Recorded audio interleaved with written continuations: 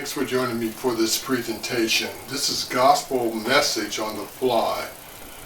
Now, I go back to the time when I was in college, and where I live at, the college is just right across the street. But I went to the college back in 84, 85.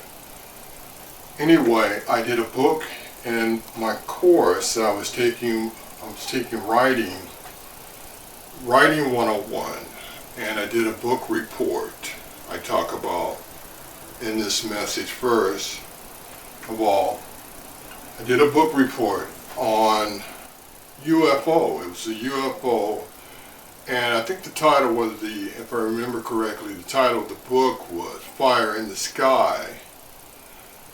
And later on they came out with a movie as well, I add, about the book review. Anyway, I think I got an A for my book report on Fire in the Sky about a guy named Travis Walton that witnessed something. I guess he was a forest worker or of some sort, and he saw something in the sky, UFO. I even take you back to Alaska when I was a child, a young boy, and I thought I seen something that would be considered a UFO. And I've been thinking about it for years and years and years. I thought about when I seen the sky when I was in Alaska, Fairbanks, Alaska. I was very young. But anyway, I noticed today that they're talking about UFOs, and they're decoding documents on UFO, the government, all this and so forth, and it's in the media news about UFOs.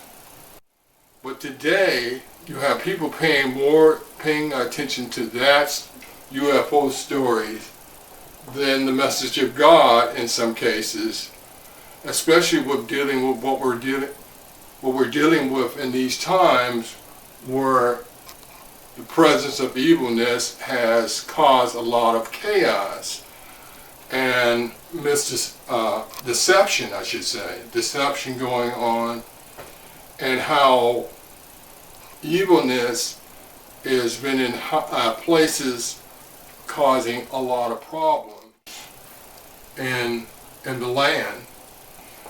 But you have people that'll listen to stories of the UFO, but the message of the gospel true, and how the presence of evil, how it plays an effect on mankind, we don't pay attention to that good enough. But we certainly can look at things like UFOs.